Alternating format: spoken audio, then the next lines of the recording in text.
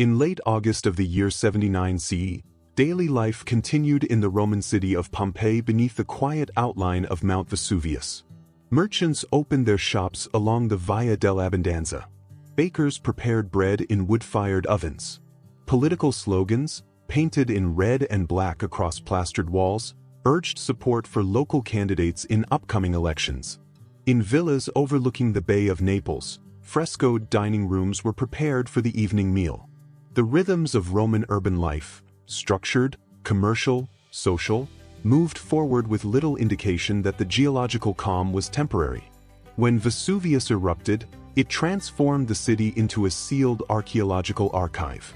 Layers of volcanic ash and pumice buried buildings, streets, and objects under several meters of debris. Pyroclastic surges later collapsed roofs and suffocated remaining inhabitants. Over centuries, the buried city faded from memory. Yet when systematic excavations began in the 18th century under the Bourbon rulers of Naples, Pompeii emerged not merely as a ruin, but as a remarkably preserved urban landscape. Unlike other ancient cities known only through scattered foundations or literary references, Pompeii offered intact streets, painted walls, carbonized food, and even impressions of human bodies at the moment of death. The first of the discoveries that reshaped understanding of the ancient world was not a single artifact, but the preservation of the city itself. Archaeological evidence demonstrates that the volcanic deposits acted as both destructive and protective forces. Organic materials, wooden furniture, door frames, foodstuffs, were carbonized rather than entirely consumed. Frescoes survived in situ, their pigments shielded from light and air. Household objects remained where they had fallen. As a result, Pompeii provides one of the most detailed case studies of daily life in a Roman provincial town during the early empire. Excavations have revealed more than 1,000 homes, ranging from modest single-room dwellings to expansive aristocratic houses such as the House of the Faun and the House of the Vetii. Public structures include an amphitheater, 2 theaters, bath complexes, temples, and a basilica used for legal and commercial activity. Streets are marked by stepping stones, wheel ruts, and water fountains connected to a sophisticated hydraulic system. This urban completeness allows historians to examine Roman architecture, infrastructure, economy, and social organization with unusual precision. Among the most striking findings are the preserved human forms recovered through a technique developed in the 19th century by Giuseppe Fiorelli. Excavators noticed voids in hardened ash layers where bodies had decomposed. By carefully injecting plaster into these cavities, they created casts that captured the contours of victims in their final positions. Modern techniques now use resin and advanced imaging to reduce damage and improve anatomical detail. These casts reveal individuals in varied postures, some sheltering their faces, others clasping possessions. Archaeological analysis of bones within the casts has provided insight into age, health, and even diet. Scholars have debated the precise sequence of events during the eruption. Pliny the Younger, writing in letters to Tacitus, described the initial explosion and the towering column of ash shaped like a pine tree. His account, supported by geological evidence, suggests that pumice fall began in the early afternoon. Many residents may have initially sought shelter indoors, unaware of the escalating danger.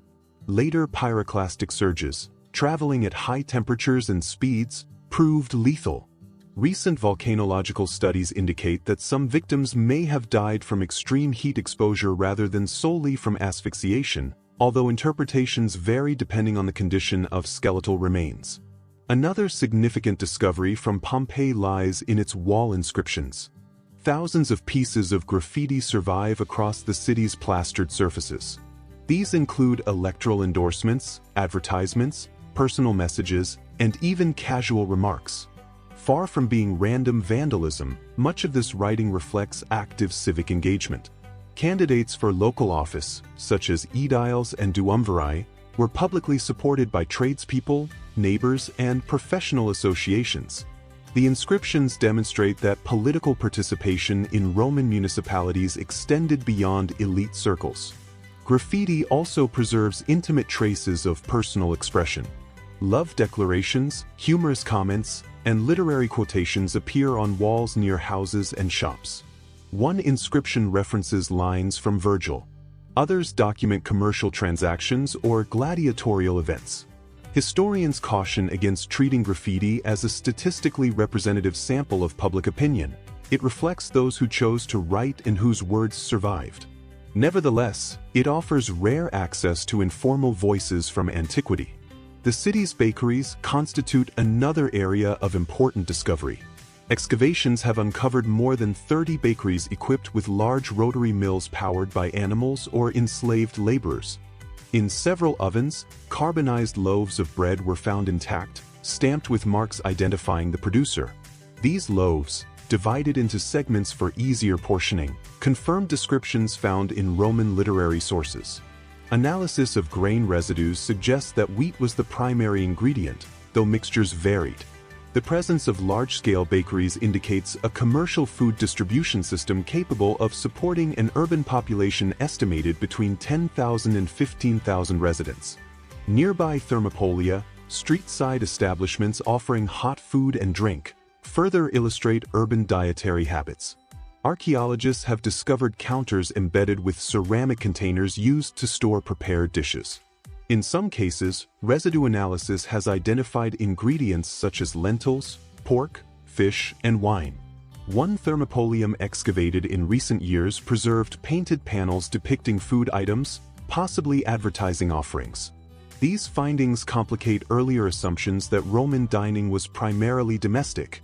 They demonstrate a vibrant culture of street consumption. Religious life in Pompeii is visible through temples dedicated to Jupiter, Apollo, Venus, and the Egyptian goddess Isis. The Temple of Isis, in particular, attracted scholarly attention because it illustrates the integration of foreign cults into Roman society.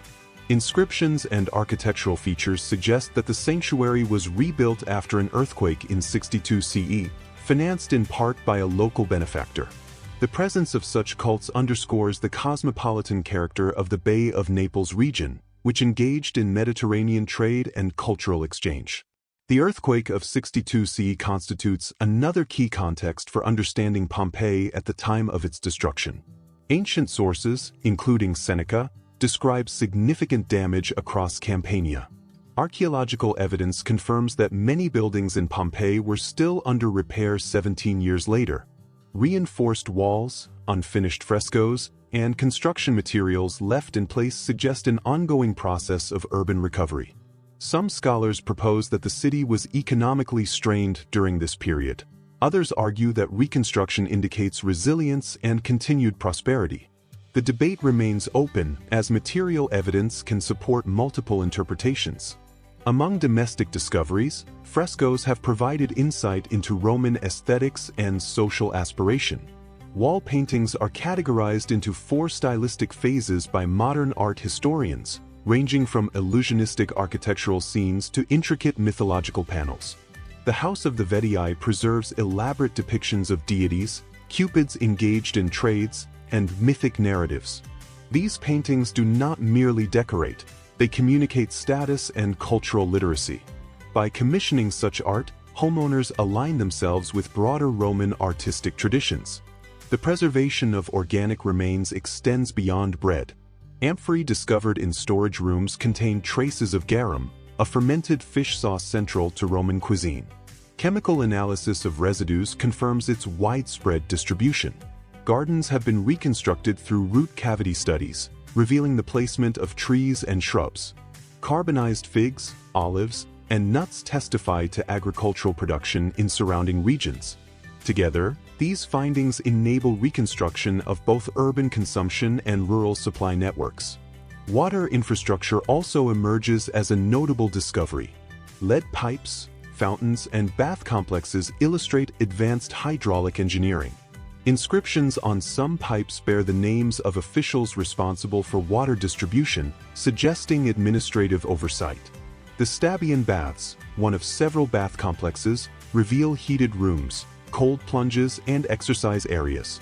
Bathing was not solely hygienic. It functioned as a social institution where citizens gathered, conducted business, and reinforced communal identity.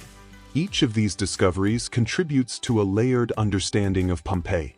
Rather than presenting a singular dramatic moment, The archaeological record reveals a functioning Roman city, politically active, economically integrated, artistically expressive, suspended in time by geological catastrophe. The eruption itself was sudden, but the life it interrupted was the product of centuries of development within the Roman world. As excavations continue into the 21st century, new technologies refine interpretation. Ground-penetrating radar identifies unexcavated structures. Isotopic analysis of skeletal remains reveals migration patterns. Digital reconstructions model urban movement and crowd density. Yet the foundational discovery remains unchanged. Pompeii endures as one of the most comprehensive archaeological windows into antiquity.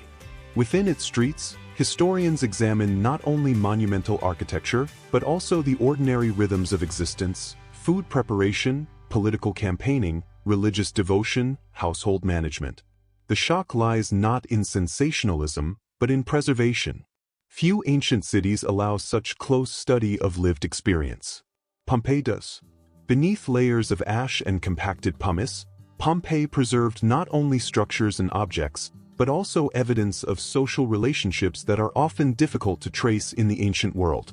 Among the most revealing discoveries are those that illuminate the realities of slavery, social mobility, and economic ambition within a Roman provincial city. In several houses across Pompeii, small, sparsely decorated rooms have been identified that likely functioned as quarters for enslaved individuals. One particularly well-preserved example, excavated in the Civita Juliana area outside the main city walls, revealed a modest room furnished with simple wooden beds, storage amphorae, and harness equipment. The space lacked ornamentation and privacy, suggesting utilitarian use.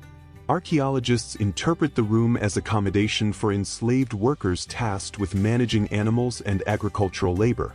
The discovery provides material confirmation of a social system that Roman law codified but that is rarely documented archaeologically in such direct terms. Pompeii's economy depended in part on enslaved labor. Bakeries, workshops, and agricultural estates required sustained manual effort. Rotary mills and bakeries were often powered by enslaved individuals or animals. The confined spaces and wear patterns on equipment support this interpretation. Yet Pompeii also offers evidence of manumission and social advancement. Inscriptions identify freedmen, formerly enslaved individuals who had been granted legal freedom, engaged in commerce and civic life. Their names frequently include the praenomen and nomen of former masters, followed by an indication of freed status. The House of the Vetii is frequently cited in this context. Owned by Aulus Vettius Restitutus and Aulus Vettius Conviva, both believed to have been freedmen, the residence displays elaborate frescoes and sophisticated architectural design. While definitive proof of their former status rests on epigraphic interpretation, many scholars argue that their wealth derived from trade, possibly in wine. The prominence of their homes suggests that economic success could translate into visible social standing, even within a hierarchical society. At the same time, historians caution that freedmen did not achieve full political equality. Certain offices remained inaccessible. Pompeii thus reveals both the constraints and the possibilities embedded in Roman social mobility. Another significant discovery involves the presence of electoral programmata, painted campaign notices, on the walls of private homes and public buildings. These inscriptions often identify candidates and include endorsements from occupational groups, such as fullers, bakers, or mule drivers. The participation of trade associations indicates organized professional identities. Some inscriptions appear to have been commissioned by candidates, others were likely voluntary expressions of support. The cumulative effect challenges older assumptions that municipal politics in the Roman world were exclusively elite affairs conducted behind closed doors. Instead, the visual landscape of Pompeii demonstrates active public engagement. Archaeological evidence also sheds light on gender roles within the city. While Roman law restricted women's formal political participation, inscriptions and property records indicate that women owned businesses, financed building projects, and managed households. The name of Eumakia, a prominent woman in Pompeii, appears on an inscription dedicating a large building in the Forum. Scholars generally interpret the structure as associated with the Fuller's Guild, though debate continues regarding its exact function. Eumachia's public benefaction reflects a pattern in which elite women could exercise influence through religious or civic patronage. Domestic spaces further reveal aspects of gendered life. Loom weights discovered in houses suggest textile production within households. Cosmetic containers and jewelry indicate personal adornment practices consistent with broader Roman customs. Frescoes sometimes depict mythological scenes centered on female figures, perhaps reflecting aesthetic preference or symbolic association. Interpretation of these materials requires caution. Objects do not inherently reveal the identities of their users. Nonetheless, the convergence of material culture and inscriptional evidence supports the conclusion that women in Pompeii participated in economic and religious spheres more actively than earlier narratives once assumed. Among the more controversial discoveries from Pompeii are the erotic frescoes and artifacts found in certain contexts, most notably in the building identified as the Lupanar. The structure, located near the Forum, contains small rooms with masonry beds and wall paintings depicting sexual acts. Early excavators in the 18th and 19th centuries often restricted access to such material, reflecting contemporary moral sensibilities. Modern scholarship approaches the evidence with greater contextual analysis. The building's layout, combined with graffiti referencing prices and services, strongly suggests that it functioned as a brothel. However, historians emphasize that erotic imagery in Pompeii was not confined to this structure. Explicit art appears in private homes, bath complexes, and even in decorative amulets. In Roman culture, sexual imagery could serve apotropaic, humorous, or symbolic purposes. The phallus, for example, frequently appears carved into stone or cast in bronze as a protective emblem. Its presence does not necessarily indicate licentiousness in the modern sense, but rather reflects cultural attitudes toward fertility and good fortune. Careful differentiation between commercial sex work, domestic decoration, and symbolic imagery remains essential in scholarly interpretation. The amphitheater of Pompeii offers another dimension of urban life preserved in ash. Constructed around 70 BCE, it is one of the earliest surviving Roman amphitheaters built of stone. With a capacity estimated at approximately 20,000 spectators, it served not only Pompeii but also neighboring communities. Graffiti referencing gladiators attest to their popularity. Names, victories, and personal admiration appear etched into walls. One inscription praises a gladiator as the delight of the girls, suggesting celebrity status within the community. Historical records also document a violent incident in 59 CE involving spectators from Pompeii and the nearby town of Nuceria. Tacitus reports that a dispute escalated into a riot, resulting in casualties. The Roman Senate subsequently banned gladiatorial games in Pompeii for 10 years. Archaeological confirmation of the ban remains indirect, but the literary account aligns with evidence of repairs and modifications in the amphitheater complex. The episode illustrates the intensity of civic rivalry and the central role of public spectacle in Roman urban identity. Economic life in Pompeii extended beyond food production and entertainment. Workshops for metalworking, dyeing, and pottery have been identified across the city. Phalonici, facilities for cleaning and processing cloth, feature vats where textiles were treated with substances including water and, according to ancient sources, urine, valued for its ammonia content. Drainage systems and plaster-lined basins confirm industrial-scale activity. The prominence of textile processing supports the view that Pompeii was integrated into regional trade networks rather than functioning solely as a resort town for elite Romans. Indeed, the traditional characterization of Pompeii as primarily a leisure destination has undergone revision. While villas in the surrounding countryside did serve as seasonal residences for wealthy individuals, the archaeological record within the city walls demonstrates a diversified economy. Warehouses containing amphorae from Spain, North Africa, and the Eastern Mediterranean indicate importation of wine, olive oil, and garum. Coin hoards discovered in houses reflect both routine transactions and attempts to safeguard wealth during the eruption. Some hoards were found near doorways, suggesting individuals intended to flee with savings. The discovery of carbonized wooden furniture further enhances understanding of domestic interiors. Beds, chests, and shelving units survived in fragile form, enabling reconstruction of room functions. In some houses, laria, small household shrines, remain intact, often painted with images of household gods known as laras. Offerings placed in these shrines underscore the integration of religious observance into daily life. The combination of sacred and domestic space reflects Roman religious practice, which did not sharply separate public and private devotion. Recent excavations employing advanced scientific methods have refined knowledge of diet and health. Analysis of skeletal remains reveals evidence of dental wear, arthritis, and occasional trauma. Stable isotope studies suggest that residents consumed a diet rich in grains supplemented by seafood and locally grown produce. Contrary to earlier assumptions that ancient urban populations were uniformly malnourished, findings from Pompeii indicate nutritional diversity, though disparities likely existed between social classes. The cumulative impact of these discoveries is a nuanced portrait of Roman society. Pompeii does not present a utopia preserved in ash, nor does it confirm simplistic narratives of decadence or decline. Instead, it reveals a stratified but dynamic community shaped by commerce, civic participation, religious observance, and social ambition. The eruption froze these dynamics in place, but the evidence embedded in walls, tools, and bones continues to inform scholarly debate.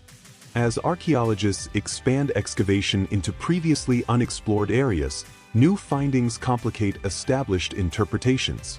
Ongoing work in the Regio V district, for example, has uncovered additional frescoes and domestic spaces that refine understanding of urban planning and decoration. Each layer removed exposes further complexity, reminding researchers that Pompeii is not a static tableau but an evolving site of inquiry. Through these material traces, the city speaks in measured detail. Its discoveries challenge assumptions, confirm literary sources, and occasionally contradict long-held beliefs. They demonstrate that beneath the dramatic narrative of volcanic destruction lies a comprehensive archive of Roman civilization, one that continues to reshape historical understanding through careful, methodical study. The eruption of Mount Vesuvius in 79 C did not simply preserve architecture and objects. It also preserved a precise geological record that has allowed modern scientists to reconstruct the mechanics of one of antiquity's most studied natural disasters. Among the most consequential discoveries from Pompeii are those derived not from visible artifacts, but from stratigraphy, volcanology, and forensic analysis. These findings have reshaped understanding of how the eruption unfolded and how its inhabitants met their deaths. Early excavators focused primarily on uncovering statues, frescoes, and architectural features. It was only in the 20th century that systematic geological study of the volcanic layers began to refine interpretation. The eruption is now classified as Plinian, a term derived from the account of Pliny the Younger, who described a column of ash rising high above the mountain. Geological examination confirms that the event began with an explosive phase that propelled pumice and ash into the atmosphere, forming a towering eruption column. Prevailing winds carried much of the pumice southeastward, depositing thick accumulations over Pompeii. Stratigraphic analysis reveals alternating layers of white and gray pumice, indicating fluctuations in eruptive intensity. The initial fall of lightweight pumice stones gradually accumulated on rooftops and streets. Archaeological evidence suggests that many buildings collapsed under the weight of this material before the arrival of pyroclastic surges. Roof timbers gave way, trapping occupants beneath debris. In some structures, human remains were discovered under collapsed ceilings, consistent with this sequence. The later phases of the eruption involved pyroclastic density currents, rapid flows of hot gas, ash, and volcanic fragments moving at high velocity. These surges penetrated structures, filling rooms and covering bodies. In Pompeii, the temperatures of these currents were likely lower than those that reached nearby Herculaneum, where evidence suggests exposure to extreme heat. Nonetheless, recent forensic studies of skeletal remains in Pompeii indicate that temperatures were sufficient to cause lethal thermal shock in some cases. The plaster casts of victims, first developed in the 19th century, have been supplemented by advanced imaging techniques. Computed tomography scans allow researchers to examine bones encased within hardened ash without destructive excavation. Analysis of these remains has provided insights into age distribution, health conditions, and causes of death. Some skeletons display signs of chronic illness, including arthritis and dental disease. Others show no apparent trauma, suggesting rapid death from asphyxiation or heat exposure. Historians continue to debate the exact mechanisms of mortality. Earlier interpretations emphasized suffocation due to inhalation of fine ash. More recent volcanological research suggests that sudden exposure to high temperatures may have caused instantaneous death in certain contexts. The evidence varies by location within the city and by the thickness of volcanic deposits. Scholars emphasize that no single explanation applies uniformly. The sequence of events likely differed depending on timing and shelter. Another significant discovery concerns the date of the eruption. For centuries, the traditional date of August 24, 79 CE was accepted based on manuscript copies of Pliny's letters. However, archaeological findings have prompted reconsideration. In 2018, an inscription written in charcoal was discovered in a house undergoing renovation. The text, interpreted as referencing a date in October, suggests activity in the city later in the year than previously assumed. Additional evidence includes the presence of autumn fruits such as pomegranates and walnuts, as well as braziers indicating cooler weather. Numismatic evidence also supports a later date. Coins found in Pompeii include issues minted after mid-79 CE, implying circulation beyond August. While some scholars caution that manuscript transmission errors could explain discrepancies, an increasing number of researchers now favor a date in October. The debate remains active, but the cumulative evidence illustrates how archaeological discovery can refine chronological understanding long after an event. The preservation of foodstuffs within Pompeii provides further scientific insight.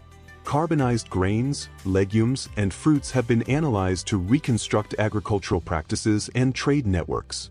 Residue analysis of amphorae reveals contents such as wine, olive oil, and garum. The discovery of fish bones from Mediterranean species confirms coastal supply chains. Botanical studies of garden soils, including pollen analysis, allow reconstruction of plant cultivation within domestic courtyards. These findings extend beyond diet. They illuminate economic integration within the Roman Empire. Amphora stamps identify origins in Spain, North Africa, and the Eastern Mediterranean. Such evidence demonstrates that Pompeii participated in long-distance commerce. The city was not isolated, but embedded in imperial exchange systems that transported goods across vast distances. Equally significant are discoveries related to infrastructure. Excavations of the water distribution system have revealed lead pipes branching from a central aqueduct. Some pipes bear inscriptions naming officials responsible for maintenance. This administrative detail reflects organized civic management. The distribution of fountains across neighborhoods suggests attempts to provide equitable access to water, though disparities likely existed. Road surfaces offer additional information. Deep ruts carved into stone paving attest to heavy cart traffic. Stepping stones placed at intersections allowed pedestrians to cross streets without stepping into wastewater. The uniform spacing of these stones corresponds to the wheelbase of Roman carts, indicating standardized vehicle dimensions. Such details reveal the practical considerations underlying urban planning. Another area of discovery concerns seismic activity preceding the eruption. Archaeological evidence of repairs following the earthquake of 62 CE is widespread. Reinforced walls, braced columns, and unfinished decorations indicate ongoing reconstruction. Some scholars argue that the earthquake may have weakened structural integrity, contributing to building collapses during the eruption. Others note that Roman engineering techniques were resilient and that collapse primarily resulted from pumice accumulation. The relationship between seismic damage and volcanic destruction remains a topic of scholarly analysis. In recent decades, the application of digital modeling has transformed interpretation. Three-dimensional reconstructions based on laser scanning enable researchers to simulate eruption dynamics and structural responses. Such models help estimate the speed of pyroclastic flows and the time intervals between eruptive phases. While these simulations rely on assumptions derived from modern eruptions, they provide valuable comparative frameworks. The discovery of animal remains also contributes to understanding the catastrophe. Skeletal remains of dogs, livestock, and pack animals have been found in various contexts. In one case, the remains of a dog chained within a house suggest that not all inhabitants had the opportunity to release animals before fleeing. Analysis of animal bones offers information about breeding practices and domestic management, extending insight into the broader agricultural economy. Among the most discussed discoveries in recent years are the remains found in the so-called Garden of the Fugitives. Here, plaster casts captured multiple individuals who appear to have sought refuge in an open area. The grouping has been interpreted as evidence of attempted escape during the later stages of the eruption. Forensic examination indicates varied ages among the victims. Scholars caution, however, that spatial proximity does not necessarily confirm familial relationships. DNA analysis remains limited due to preservation challenges. The cumulative scientific findings from Pompeii illustrate the intersection of archaeology and natural science. Volcanology, osteology, chemistry, and digital technology converge to reconstruct events with increasing precision. Each discovery refines the narrative not by dramatizing it, but by clarifying mechanisms and timelines. Beyond the moment of destruction, the geological record also explains the city's preservation. Rapid burial under meters of ash limited exposure to oxygen and moisture. Over time, hardened volcanic material formed a protective seal. When excavations began in the 18th century, removal of this layer exposed structures remarkably intact. Yet exposure also introduced new challenges, including weathering and tourism-related wear.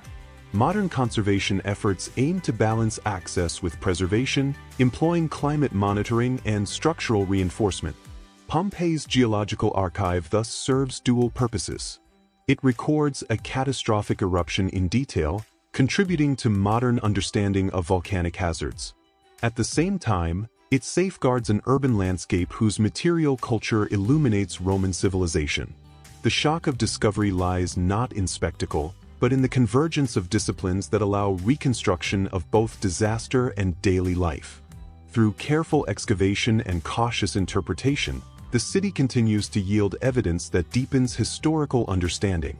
Each layer of ash removed reveals not only artifacts, but also data, measurable, testable, and subject to scholarly scrutiny. In this interplay between destruction and preservation, Pompeii stands as one of archaeology's most instructive sites, where the forces of nature and the methods of science meet across millennia. Beyond the geological precision of the eruption and the immediacy of preserved daily life, Pompeii has yielded discoveries that illuminate the intellectual, artistic, and cultural dimensions of the Roman world. The city's walls, libraries, workshops, and domestic interiors collectively form an archive not only of structures and bodies, but of ideas expressed in paint, inscription, design, and material choice. These discoveries have reshaped scholarly understanding of provincial Roman culture and its connection to the wider Mediterranean. One of the most consequential artistic discoveries at Pompeii lies in the extraordinary corpus of wall painting preserved across domestic and public buildings. Modern scholarship classifies Pompeian wall painting into four principal styles, a system first articulated in the 19th century and refined through continued study. These stylistic phases do not represent abrupt chronological breaks, but rather evolving aesthetic conventions spanning the late Republic and early Empire. The first style, often called the Masonry style, imitated blocks of colored marble through painted stucco relief. It reflects Hellenistic influence and an interest in projecting solidity and wealth through illusion. The second style introduced architectural vistas and trompe-l'oeil perspectives, opening walls into imagined landscapes or colonnades. The third style shifted toward more delicate, ornamental compositions, with slender architectural elements framing mythological panels. The fourth style, dominant at the time of the eruption, combined earlier features into elaborate decorative schemes. These paintings are not merely decorative survivals. They constitute evidence of cultural aspiration and literacy. Mythological scenes drawn from Greek narratives, depictions of Dionysus, Ariadne, Achilles, and other figures, appear frequently in elite homes. Their presence suggests familiarity with classical literature and theatrical traditions. Scholars debate the extent to which homeowners personally engaged with these narratives versus employing them as markers of status. Nonetheless, the integration of mythological imagery within domestic space indicates a shared visual vocabulary across the Roman world. The Villa of the Mysteries, located outside the city walls, contains one of the most discussed fresco cycles.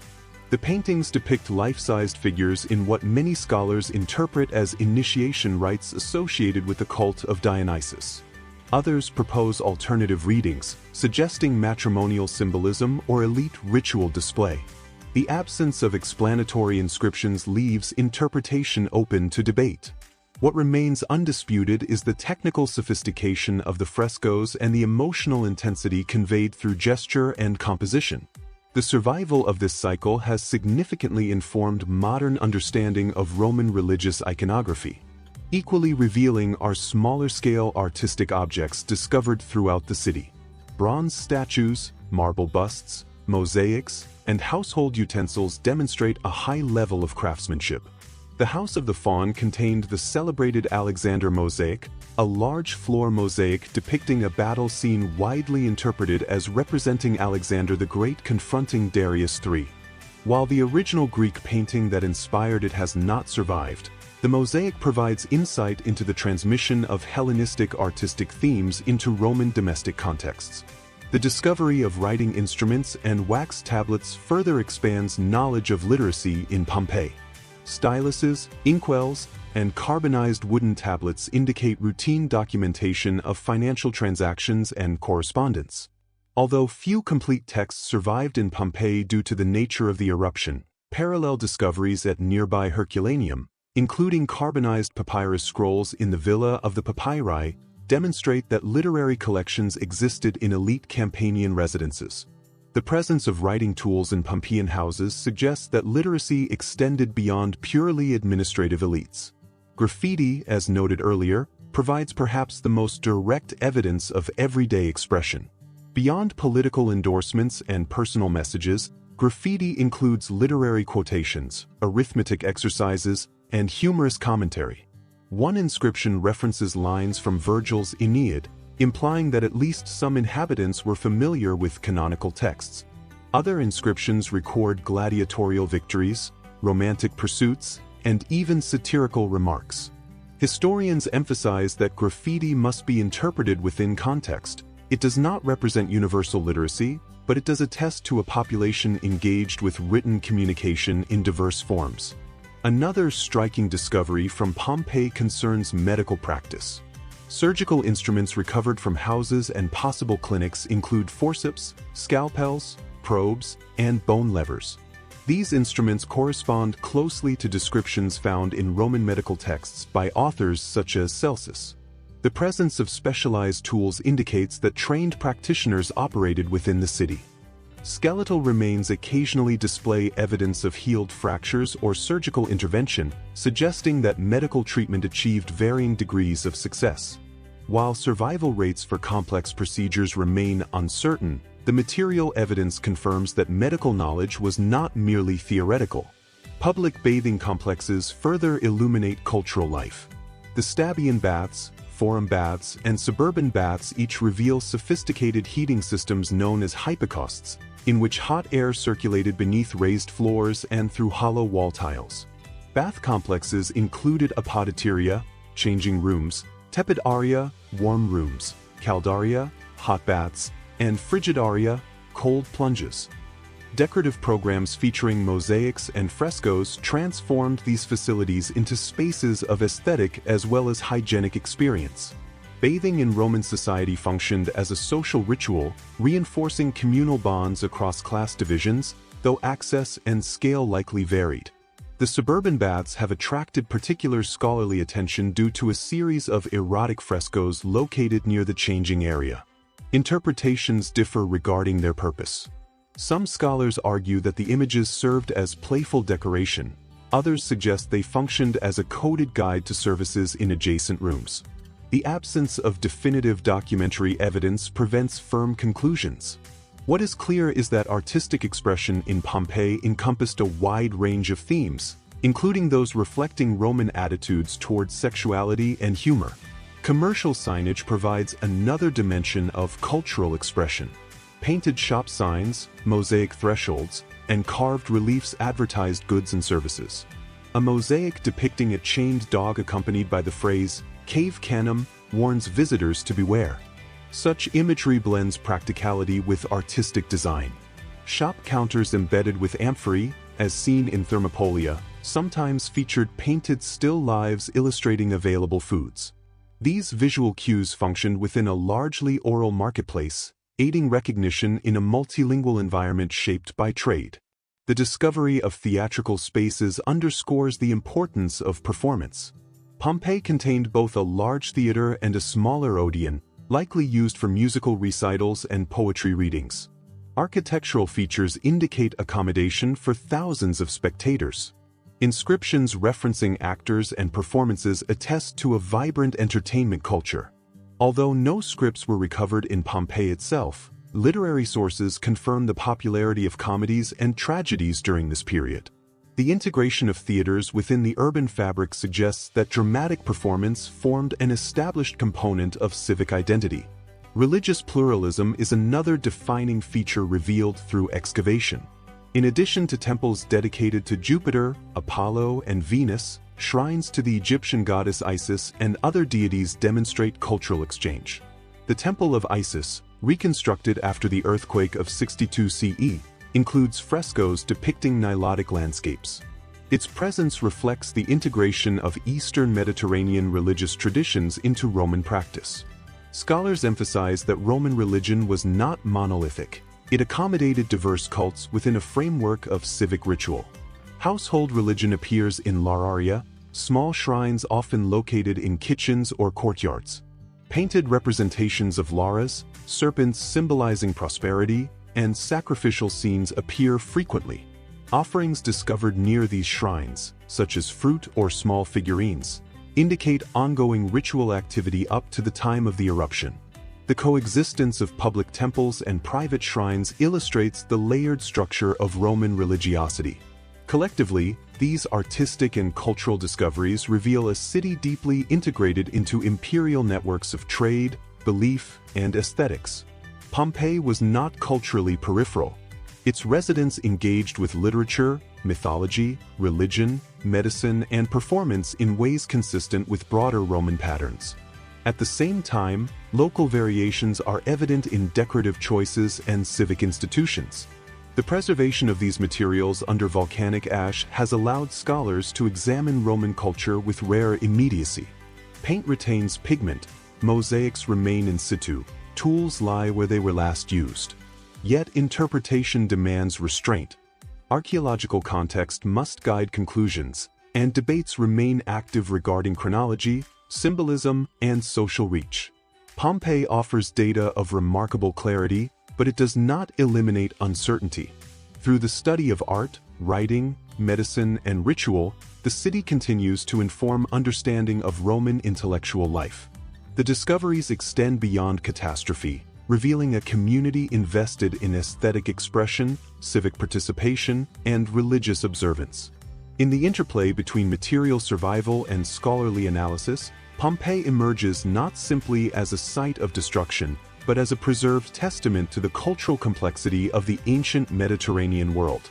In the centuries following the eruption of 79 C, Pompeii gradually disappeared beneath agricultural land and shifting memory. Its rediscovery in the 18th century initiated not only archaeological excavation, but also a transformation in the modern understanding of antiquity. The final set of discoveries associated with Pompeii lies not solely within its streets, but in the long process of uncovering, conserving, and interpreting the site. These discoveries have reshaped disciplines ranging from classical studies to volcanology, urban archaeology, and conservation science.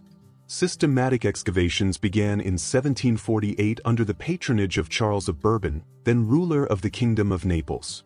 Early efforts were exploratory and often focused on retrieving statues, inscriptions, and decorative objects for royal collections.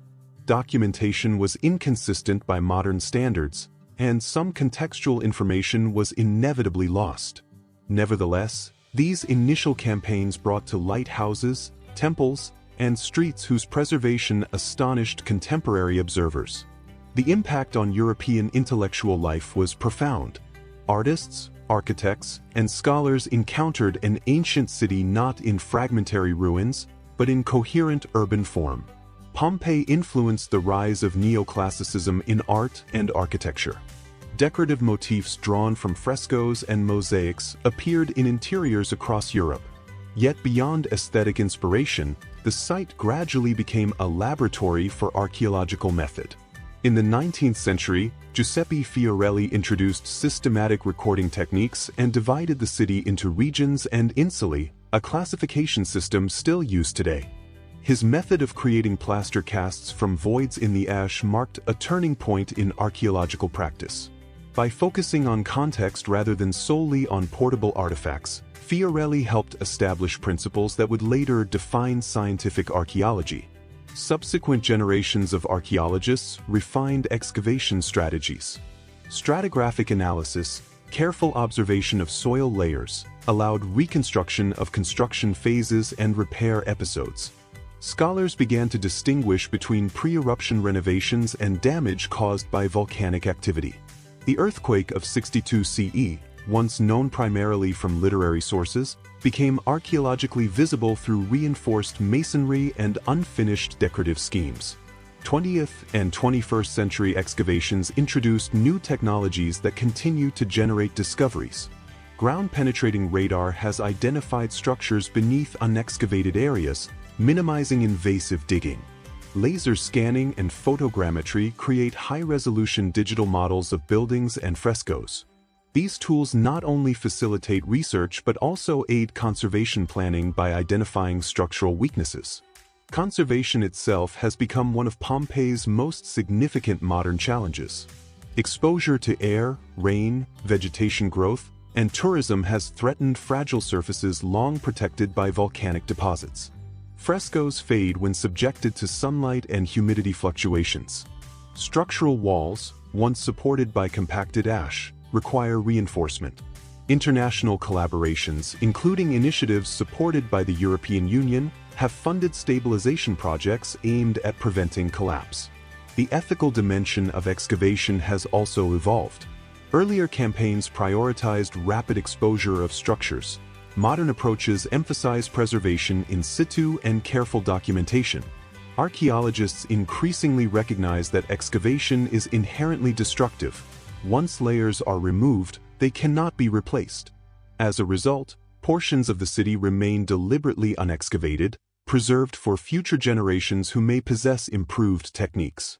Among recent discoveries that underscore the ongoing vitality of research are those uncovered in Reggio V. Excavations in this district revealed richly decorated rooms, including a fresco depicting Leda and the Swan, as well as inscriptions that contributed to the debate regarding the eruption date.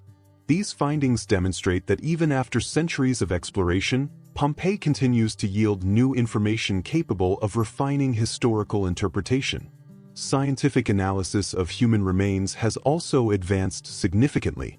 Techniques such as stable isotope analysis provide data on diet and migration patterns. DNA extraction remains challenging due to preservation conditions, but incremental progress has been made in identifying familial relationships in select cases. These studies offer cautious insights into demographic composition without overextending conclusions. Pompeii has further contributed to modern volcanology. By examining deposit thickness, grain size, and distribution, geologists refine models of Plinian eruptions and pyroclastic flows. The city's layered stratigraphy provides a reference point for hazard assessment in regions with active volcanoes. In this sense, the disaster of 79 CE informs contemporary risk management around Vesuvius, which remains an active volcanic system. Historiographical interpretation of Pompeii has likewise evolved. Earlier narratives sometimes portrayed the city as decadent or morally declining, drawing conclusions from selective evidence such as erotic art. Modern scholarship adopts a more balanced perspective, recognizing that material culture must be contextualized within broader Roman norms.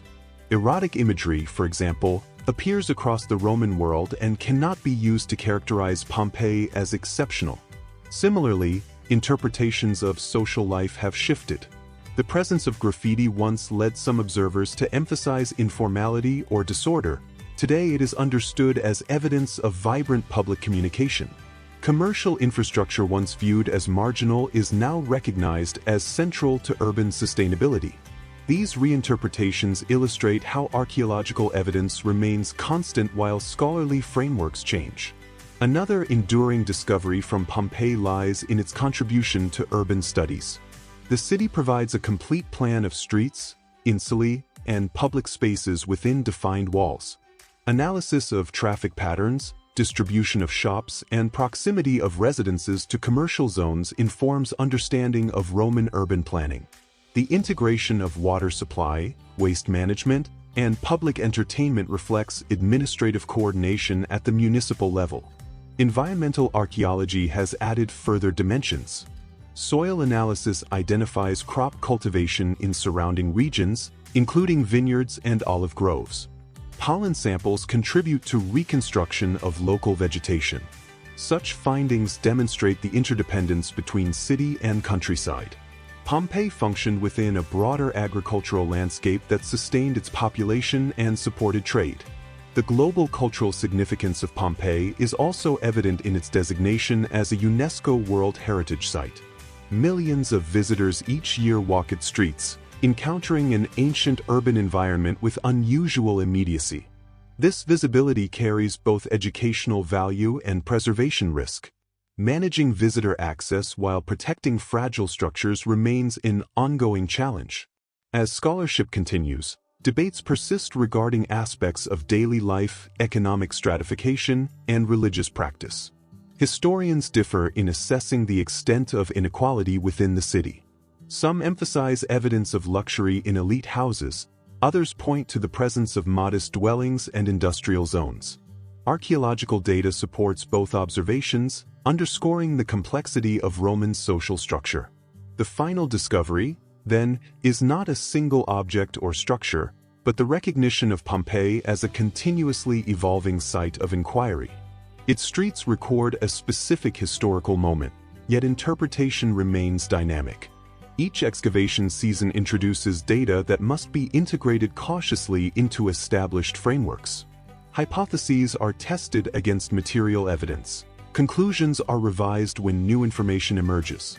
Pompeii's endurance in scholarly consciousness arises from this combination of preservation and openness to reinterpretation. It is at once a fixed archive of 79 CE and a living research environment shaped by contemporary methodology. The city's destruction was sudden, but its study has unfolded across centuries. In reflecting on the 10 discoveries explored, from the preservation of urban fabric and the casts of victims to insights into social mobility, artistic expression, scientific reconstruction, and modern conservation, it becomes evident that Pompeii's significance extends beyond catastrophe. The volcanic eruption created the conditions for an unparalleled archaeological record. Within that record lies a detailed account of Roman urban existence, political engagement expressed in painted slogans, economic networks traced through amphorae, religious devotion visible in household shrines, artistic ambition captured in fresco and mosaic. The ash that buried Pompeii silenced its inhabitants, yet it preserved their material world with extraordinary fidelity. Through disciplined excavation and measured interpretation, scholars continue to reconstruct that world, not as spectacle, but as evidence. Pompeii stands today not only as a reminder of natural vulnerability, but as one of the most informative archaeological sites ever uncovered. Its discoveries, grounded in stratified soil and documented artifact, remain central to understanding the complexity of the ancient Roman experience.